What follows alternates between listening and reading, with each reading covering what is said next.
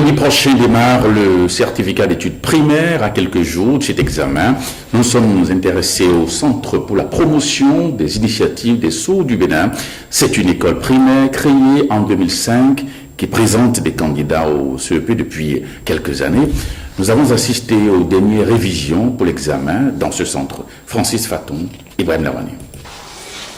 Dernière touche à moins de 112 heures du jour J. La particularité dans cette classe, ces candidats au CEP sont tous des malentendants. La langue des signes est donc le seul moyen pour communiquer, pour réviser. Description du trajet de l'aliment dans le tube digestif par un candidat sourd-muet, traduction assurée par un des enseignants en langue des signes. La première chose, on prend l'aliment, ça passe par la bouche, ça vient au niveau de l'œsophage, ça évolue, ça vient au niveau de l'intestin grêle. Avec l'intestin grêle, nous avons le sucre intestinal. Directement, ça vient maintenant au niveau du gros intestin.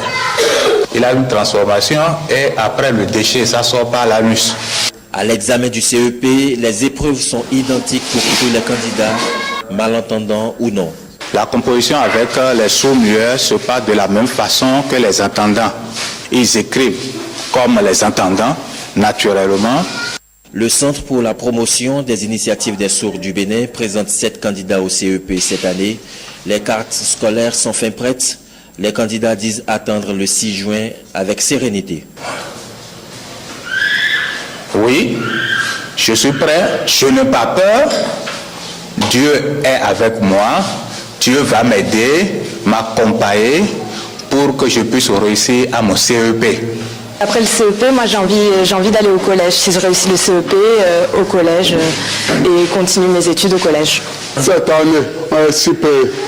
Malgré les difficultés que nous avons rencontrées, nos enfants ont un bon résultat. Depuis 2 ans, une association française apporte son soutien au centre, notamment dans l'encadrement des écoliers et des candidats. Alors nous, souvent le soir, on les aide à travailler. On prend les cahiers, on les corrige, on discute avec tous les enfants. Ils ont travaillé quoi? On leur fait répéter les divisions, les multiplications. Et on aide le centre à évoluer. On a amené des livres pour que les maîtres puissent travailler, parce qu'ici, il n'y a pas d'aide. Pour aider les enfants à travailler, si on ne comprend pas les signes, c'est impossible d'aider. Le Centre pour la promotion des initiatives des sourds du Bénin a présenté ses candidats au CEP pour la première fois en 2014. 5 de ces anciens écoliers sont actuellement au cours secondaire.